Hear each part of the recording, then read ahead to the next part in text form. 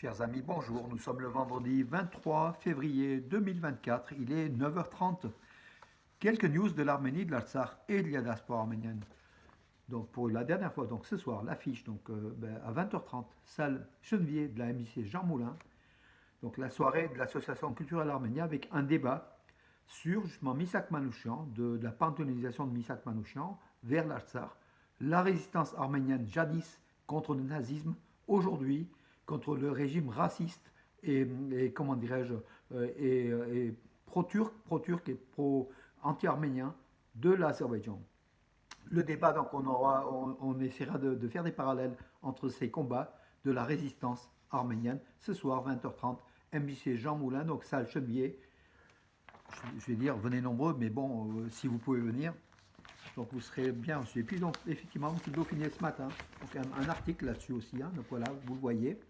Malheureusement, le Dauphiné donc, consacre de moins en moins de place aux associations. Hein, voilà, donc on mérite un petit article. Mais bon, l'important, c'est d'en parler des Arméniens, de l'Arménie, des associations, aussi de l'activité des associations qui sont très, très, comme vous le savez, très fortes ici à Valence. Et puis le Dauphiné, bien sûr, avec le maire de Valence, Nicolas d'Aragon, avec Pachignan. Et puis voilà quelques éléments. Donc c'était au Panthéon. Et puis et Jean-Pierre Sakoun, ce personnage-là, qui était l'un des acteurs aussi de l'entrée de Manouchian au Panthéon. N'oublions pas l'activité associative, dont Arménia, avec les anciens combattants français d'origine arménienne, qui avait fait il y a 7 ans 2000 signatures envoyées à l'Élysée demandant la panthéonisation de Misak Manouchian. Voilà, mais le résultat a été éblouissant par des hommes qui ont réalisé, qui ont pu ouvrir les portes de l'Élysée et reçu l'aval du président Emmanuel Macron qui a donné l'accord pour la panthéonisation. On parle donc de la France et de l'Arménie, deux pays très amis, vraiment, c'est extraordinaire, le rapprochement, la coopération, ça a toujours existé, mais là, ces derniers temps, c'est de l'apothéose. Ce matin, donc hier soir, Sébastien Lecornu, le ministre français de la Défense, est arrivé à Yerevan. Voilà, il est en Arménie hier et aujourd'hui, il va y être. Ce matin, il a été reçu par son homologue arménien Soulen Papikian, donc le chef des armées, le ministre des armées, Sébastien Lecornu, était au ministère de la Défense. Il a passé en revue donc les troupes, protocole militaire, hein, donc voilà, avec un parterre comment dirais-je, il n'était pas seul, hein, Sébastien Lecornu. Il était donc avec de nombreux représentants, des députés, dont j'ai reconnu mon ami Didier Parakian de Marseille, député, voilà, qui était aussi parmi les invités. Et puis bon, des hommes d'affaires en matière d'armement. Donc le Figaro a annoncé donc hier qui aurait donc que la France va livrer bien sûr son lot d'armes de défense à l'Arménie à partir d'aujourd'hui. L'armement comprend 3 radars Thales Ground Master GM 2000 qui permettront la détection des avions ennemis à une distance de 250 km, ainsi que des appareils de vision nocturne et des jumelles. Voilà. Il convient également de noter que l'accord signé entre la France et l'Arménie sur la coopération dans le domaine de la défense prévoit que l'armée française organisera cette année 3 stages de formation au combat en montagne pour les Arméniens. Et puis voilà des représentants des sociétés françaises d'armement qui vont être aussi en Arménie, MBDA, Nexter, Safran, Thales et Arcus. Voilà, donc très très belle chose. C'est bien pour la France parce que la France vend, donc en fait n'offre pas comme à l'Ukraine, hein, à l'Arménie. L'Arménie paye, voilà, l'Europe pourrait aussi offrir, hein, à l'Arménie.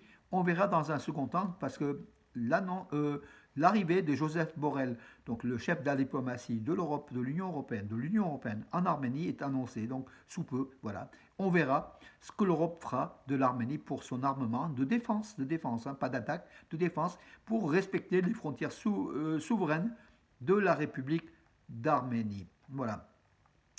Alors, les informations, oui, il y en a pas mal. Donc, le mouvement européen pour l'Artsakh, European for Artsakh, appelle la CIO, donc le CIO, le Comité international olympique, à interdire la participation de l'Azerbaïdjan sous son drapeau aux Jeux olympiques de Paris 2024. Parce que c'est un État voyou, hein, tout simplement, hein, et avec des exactions, des crimes de guerre. Par contre, les athlètes azéris peuvent participer sous un drapeau neutre, tout simplement, comme le CIO fait régulièrement, pourquoi le CIO ne pourrait pas le faire pour l'Azerbaïdjan? En tout cas, European for Peace, pour Artsakh, pardon, qui regroupe à peu près 500 organisations et associations arméniennes dans 15 pays d'Europe. Voilà, donc appelle le CIO et appelle le comité olympique français à faire cela pour l'Azerbaïdjan, pour que le drapeau de l'Azerbaïdjan, qui représente aujourd'hui l'occupation de l'Artsakh et l'occupation d'une partie de l'Arménie, ne puisse pas figurer au JO. Voilà, tout simplement.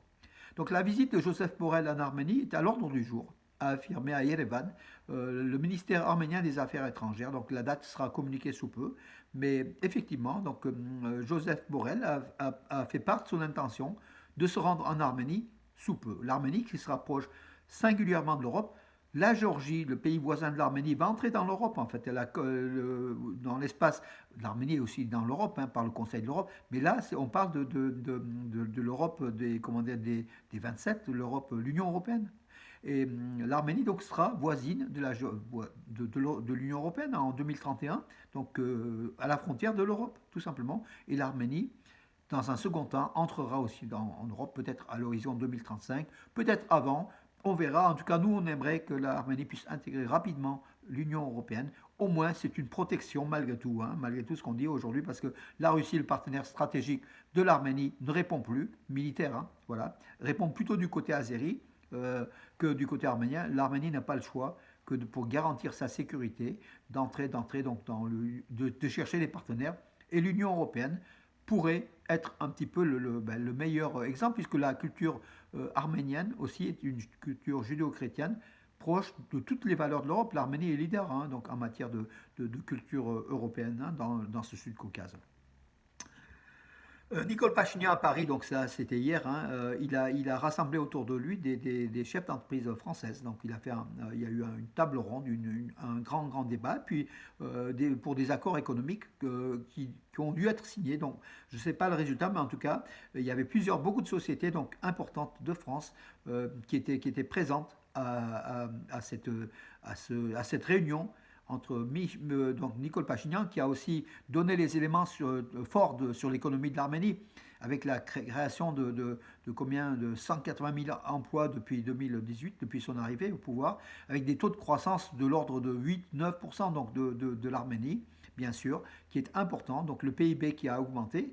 Ça intéresse aussi les partenaires économiques, et l'Arménie cherche à ce que les partenaires économiques s'installent de plus en plus en Arménie. Là, il y avait donc Pernod Ricard, la Société des Trois-Vallées, ID Media opérant dans le domaine des technologies, des dernières technologies. Voilà, donc Thales, voilà, on l'a dit tout à l'heure aussi pour l'armement. Hein, voilà. Une très belle chose. Les déclarations d'Emmanuel Macron de soutien à l'Arménie ont irrité Bakou, bien sûr. Il fallait s'y attendre. Bakou qui réagit par des communiqués, qui est, comment dirais-je, Bakou est, comment dirais-je, très très contrarié que l'Arménie puisse être ainsi défendue militairement par de l'arrivée d'armes d'Inde, de France, voilà.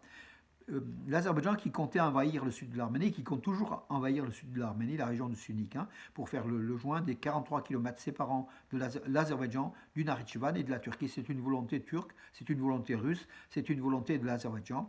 Et l'Europe, heureusement, comment dirais-je, communique pour l'intégrité territoriale de l'Arménie. L'Iran aussi, hein, désire l'intégrité territoriale de l'Arménie. Téhéran affirme que la ligne rouge, c'est le Zankesoul, en fait. Donc les Azéris, ils ne peuvent pas attaquer. Donc s'ils attaquent, ils auront affaire à l'Iran. Mais enfin, avec l'Iran, on ne sait jamais. Hein, voilà. Mais en tout cas, l'Europe est un partenaire malgré tout fiable, malgré que l'Europe fait souvent des communiqués et n'est pas sur le terrain. Et ce sont les Russes sur le terrain. Mais là, la France met le pied avec des instructeurs militaires. Mais il faut quand même le dire, le plus gros des efforts de l'Europe, ça vient de France. France, amie de l'Arménie, on l'a toujours dit, on le sait, et puis bravo en tout cas, une nouvelle fois, à la France pour cet engagement derrière l'Arménie, dont la France bénéficiera aussi, hein, vente d'armes, et puis présence au Sud-Caucase, et puis l'Arménie qui fait partie de la francophonie, qui est un pays, comment dirais-je, amoureux de la France. La France a tout à gagner en aidant ainsi l'Arménie, et l'Arménie gagne énormément aussi, bien sûr, voilà.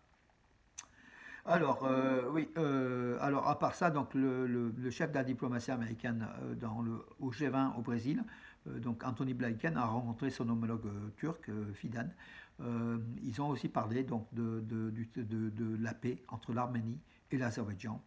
La Turquie qui joue un rôle ambigu dans cette affaire-là, en tout cas, voilà, on ne sait pas. Mais la Turquie fait partie de l'OTAN et effectivement, les Américains comptent aussi sur la Turquie pour cela. Le Premier ministre français, Gabriel Attal, a accepté l'invitation de Nicole Pachinian à se rendre en Arménie. Donc hier, les deux hommes, sont les deux premiers ministres d'Arménie et de France, ont eu une réunion qui était très chaleureuse. Il y a eu beaucoup de choses qui ont été discutées. Et effectivement, au terme de la réunion, Nicole Pachinian, le Premier ministre arménien, a invité Gabriel Attal, son homologue français, à se rendre en Arménie. Donc Gabriel Attal a affirmé qu'il irait en Arménie avec joie et plaisir. Voilà. Bravo. Et puis Nicole Pachinian a aussi rencontré Anne Hidalgo hier. Il a salué les efforts d'Anne Hidalgo, la maire de Paris, en faveur des rencontres liées à l'Arménie et au peuple arménien. Il est vrai qu'elle brille, Anne Hidalgo, par qu'on la critique sur la ville de Paris au niveau des transports, beaucoup de choses. C'est vrai que c'est peut-être compliqué aujourd'hui de vivre à Paris. Mais Anne Hidalgo, force est de constater qu'elle est proche de l'Arménie et des Arméniens, de son engagement réel derrière les Arméniens. Et là, Nicole Pachinian a salué. Il vaut mieux le dire en face, en fait, voilà, tout simplement. Et il l'a dit. Hier soir, malheureusement, je vous l'ai annoncé trop tard, en fait, je vous l'ai annoncé le soir, L'armée du crime de Robert Guédiguian, donc le film sur Missak Manouchian, le couple Manouchian, est passé sur TF1, série film, la chaîne 20, sur la TNT à 22h40. Ça a duré jusqu'à minuit et demi. Ceux qui ont eu la chance d'être au courant l'ont regardé, voilà. Peut-être pour la deuxième, troisième fois, mais en tout cas, un très très beau film. Parution du livre, et là je rends un petit coup de chapeau à mon ami Takouidjan, qui vit en Belgique, qui est à fond, enfin, qui est arménienne, qui lutte pour de nombreuses causes, dont la cause arménienne. Takouidjan, une amie à elle, a écrit un livre un livre-album sur l'Arménie, en fait. Tapis magique, 1001 églises, à l'ombre de l'Ararat, une immersion en Arménie et au Haut-Karabakh d'Annette Rossi. Annette Rossi, donc c'est celle qui a écrit l'album. Takouidjan a écrit au début du livre, a fait une note donc dans le livre, comment dirais-je, j'ai oublié le terme au tout début du livre, préface. Voilà, pourtant c'était simple. Je commence à vieillir, mes amis. Mais bon, voilà, donc bravo à Takouidjan, bravo aussi à cette. Elle n'est pas arménienne, donc Annette aussi. Voilà, le livre, c'est un album, un gros album énorme de 357 pages, beaucoup d'églises, beaucoup de lieux en Arménie, beaucoup d'éléments. 49,50 €, donc on peut commander sur Encre Rouge, donc sur le site des éditions Encre Rouge. Voilà, donc il y a toutes les coordonnées internet pour y aller, mes amis, si vous désirez l'avoir, ce livre qui est quand même important justement, pour nous ressourcer, pour l'Arménie, pour nos églises, pour notre richesse, notre patrimoine. Voilà, mes amis, écoutez, j'en ai fait le tour, donc tout simplement, j'en ai fait le tour pour aujourd'hui.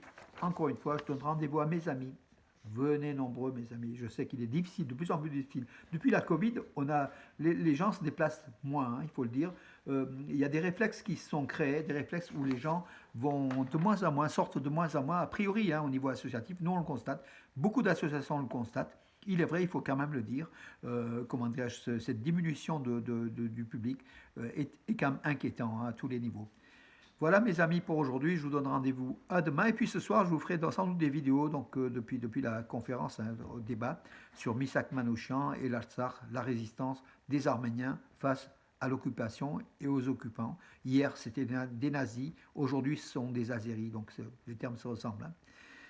Voilà mes amis, à demain.